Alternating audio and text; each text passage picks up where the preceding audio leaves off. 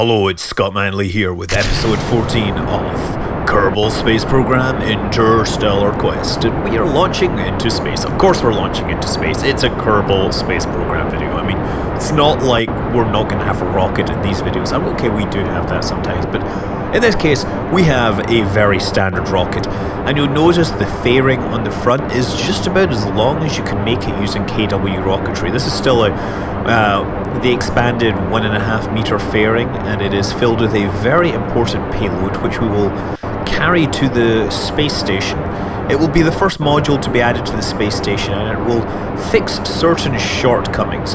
Also note the tiny little solid rocket boosters, which I'm just ejecting. Those are KW rocketry parts, just enough to help me get this rocket up into orbit.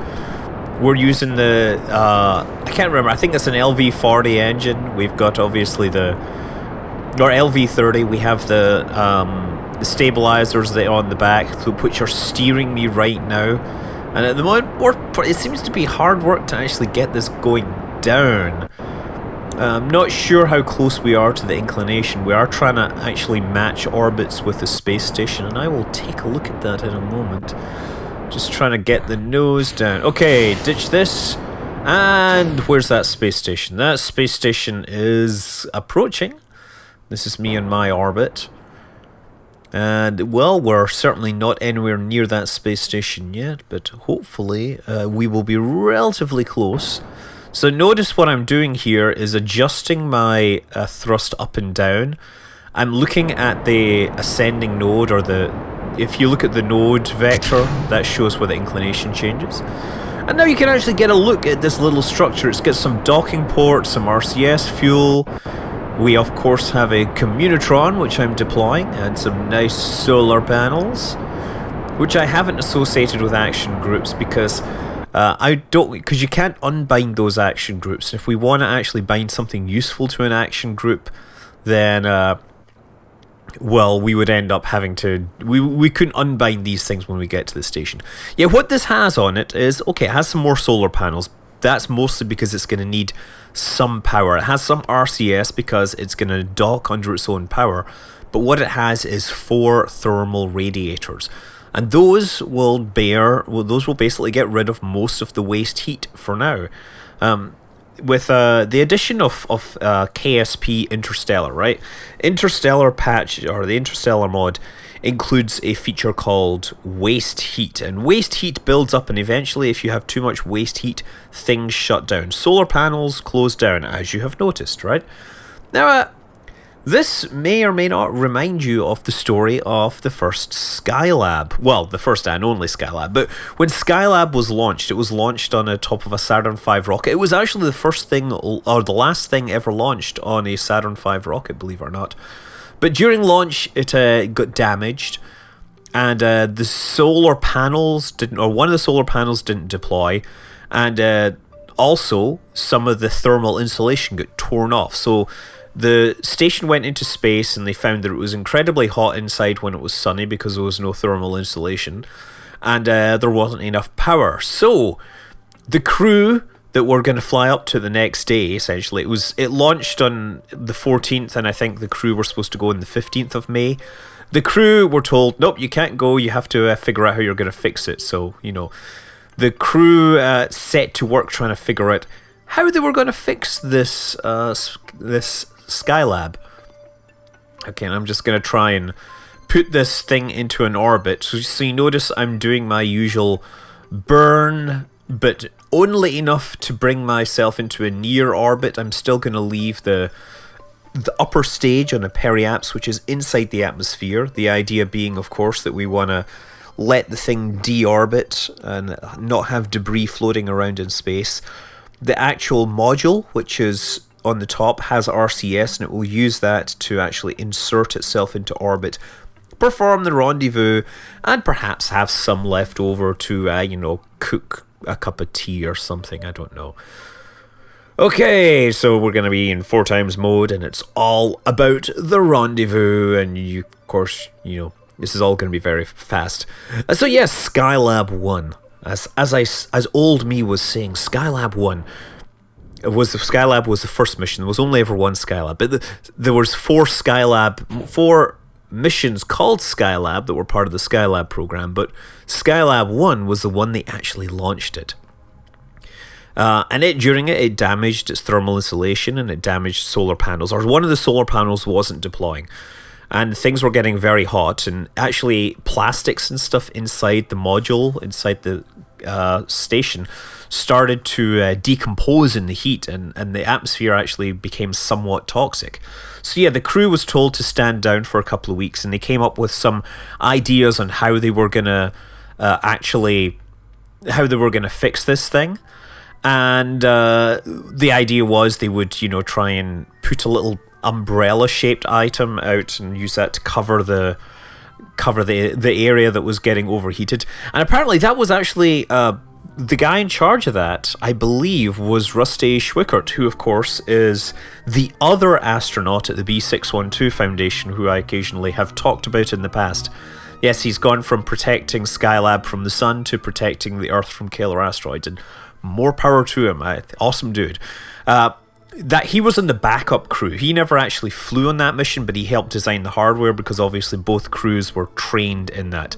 Also in the backup crew, incidentally, was Bruce McCandless, who of course has the most famous EVA picture in the world. That's him floating away from the space shuttle. And the science pilot was Story Musgrave. This was just the backup crew. The main crew was, less well known, oddly enough. We have Charles Conrad and Paul Weitz, whatever. Those are the guys that actually went up to Skylab to actually fix it, and they performed the repair in space. They were actually the first crew to go to a space station and come back to tell the tale, because unfortunately the crew that went to the first Soviet station died on the way home. Rather unfortunately. Yeah, it's just the hazards of the job. There we go. Look, almost get myself a rendezvous and just tweaking this thing down ever so slightly. It's very hard to tweak this thing the way I like it. You see how it's very, very tiny amounts of velocity I'm changing? And I eventually kind of give up half the time, but getting within 1.4 kilometers, I guess that's okay. I guess that's to be expected. Yeah, so Skylab was essentially the Americans' first attempt at a space station, and it was launched on a Saturn V.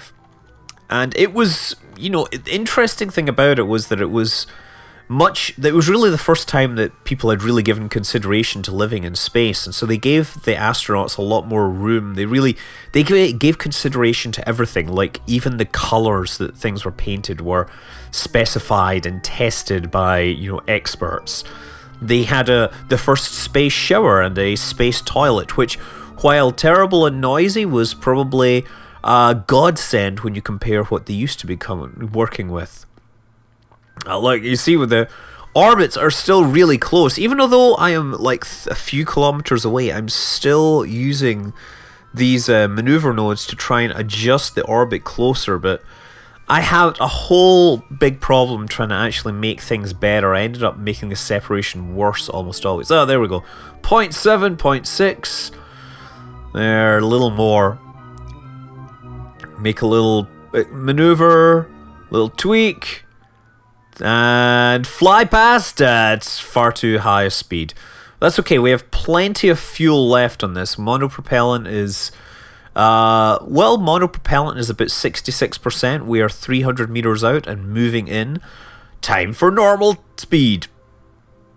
Okay, so don't overshoot. No, don't overshoot. Now this is where we actually kill the velocity, 5 meters per second. Gonna of course use, because the RCS system is working, we can just press the N key to fire in reverse. Now we can get this thing up and investigate. Now we have 2 docking ports to choose from. The station is actually manned this time. It's not like Skylab. When they came to Skylab with its problems, there was nobody on it. In fact, they had to flush the air several times to make it habitable because of all the things that were kind of cooking in the sun's rays. And we bring up the docking adapter, the Navyfish patented docking adapter, the Navyfish patented docking adaptatron display thingy. I don't know. It deserves a brand name, this thing. It's pretty darn good. So not only do I have 2 docking ports on that station to choose from, I have 2 docking ports in this spacecraft I could pick. And also I can, you know, pick multiple orientations. I want to put these radiator fins in exactly the right way, get the most use out of it. So this is me trying to make a decision as to what way I want to orient everything. Yeah, you see me twisting things around. You see there's an indicator, right, on the docking alignment system that indicates rotation. You don't necessarily have to match those things. That just indicates whether the ports are aligned the same way. But of course, when you built the spacecraft, you didn't necessarily align the ports the same way. So I'm just trying to decide which way I'm going to point these things. I think that'll work. Okay. So we'll keep everything in the up-down situation for now. It's great. Once we get this thing... Oh, look, you can see the shadow actually on the target. There. Oh, that's awesome. It's kind of nice. We were doing most of the rendezvous in the dark, but now the sun came up just as we're actually doing the docking. I hate docking in the dark. It just, you know, I'm trying to fill in, talk about what's going on, and it's usually like, hi, it's a really boring docking procedure, and you can't see what's going on. That's why it's better to dock during the daytime, which means, unfortunately, generally launching during the night. Real space programs really generally don't give as much... They don't care so much about the day-night thing anymore. Although when they were trying to rendezvous over the moon, it was a major importance to them. Of major importance. Okay, coming in, we're 12 meters away. Moving in at 0.5 meter per second. 10 meters to go. 8. I'm going to give it slow the thing down a little more. Down to 5 meters away. Left, right, 2 meters, 1, and docked. Now we have a space station that should actually function. This will be the core for our ramshackle space station. We haven't really designed this thing particularly well, but no doubt we will attach things like labs and stuff to it later on. Maybe we'll make maybe we'll add the operational thing to that as well. Okay. So, that's one of the radiators deployed. Let's deploy all of these. Not tie to an action group, because we may need to tie other things to action groups later. So these may be small, much smaller than the solar panels, but they're more than enough to get rid of the waste heat, so we should have an operating space station now. Of course, from this point on, we will continue to expand this space station. We have spare docking ports there. We haven't actually got a plan for this yet, but no doubt it will end up being something epic that brings my computer to a crawl.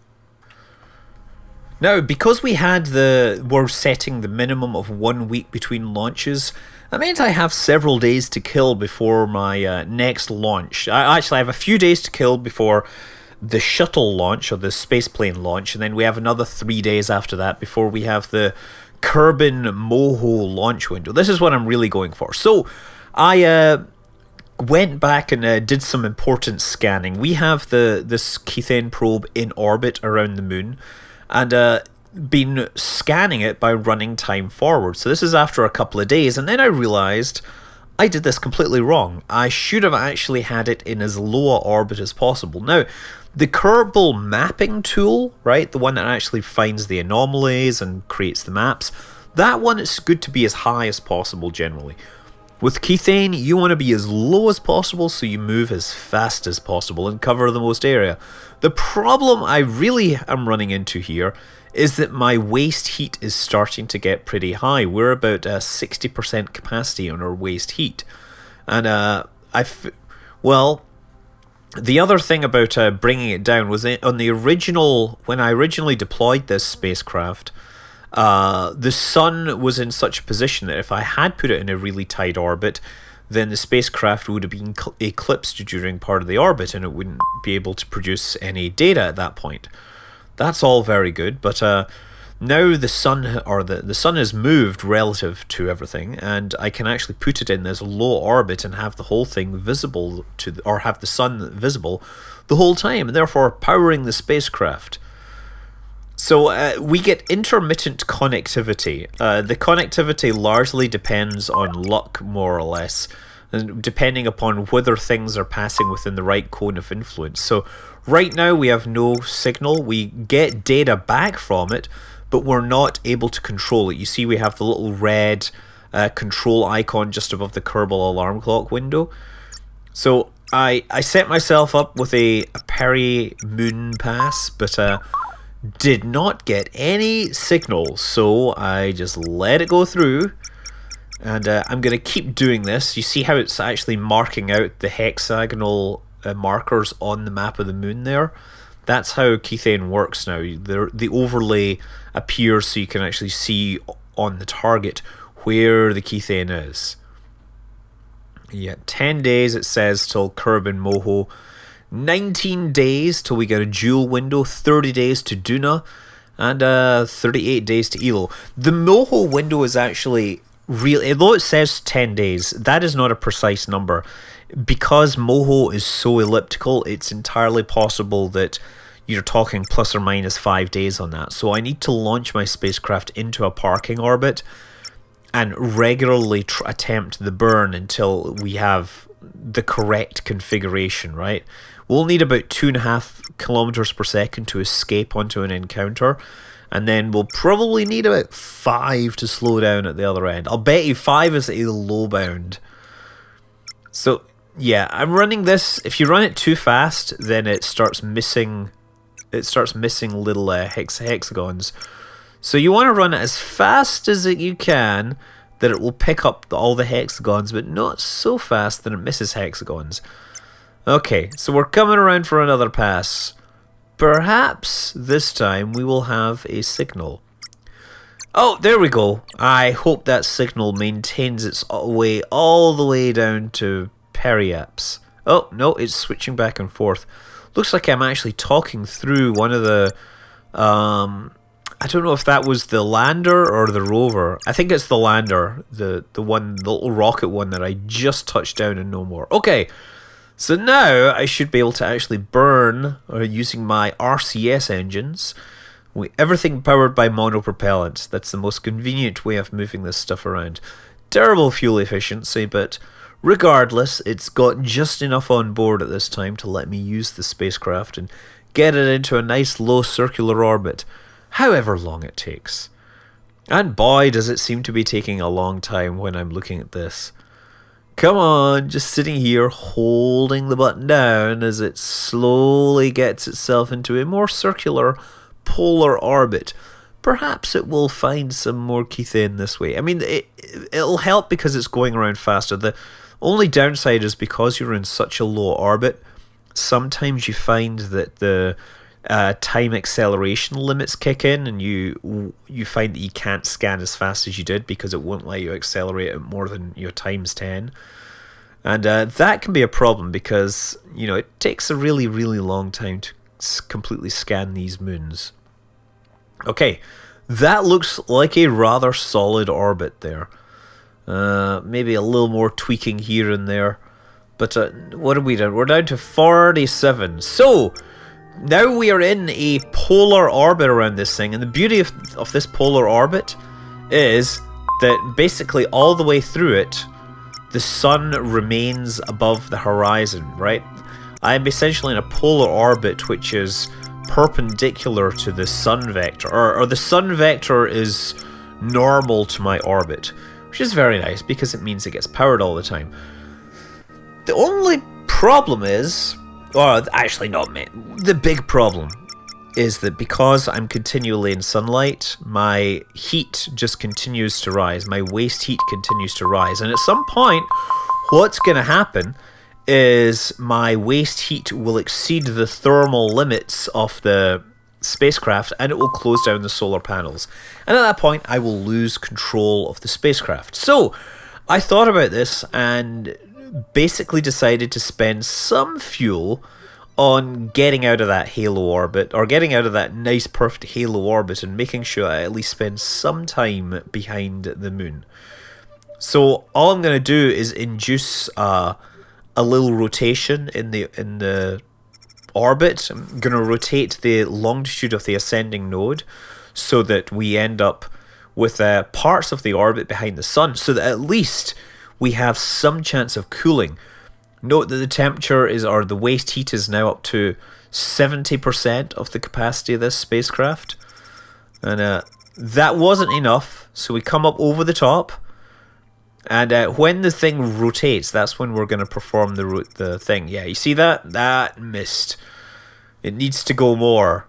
So I'm going to burn and watch the nav ball. Watch the nav ball as I'm burning against the normal here. I'm burning normal to the orbit. And as I come around, hopefully the sun is a little lower. And it's almost low enough, but not quite low enough. So try one more time to get myself into a partially eclipsing orbit so that this spacecraft will last as long as possible. You see, if those solar panels shut down, I will never get them back open again. It will be dead.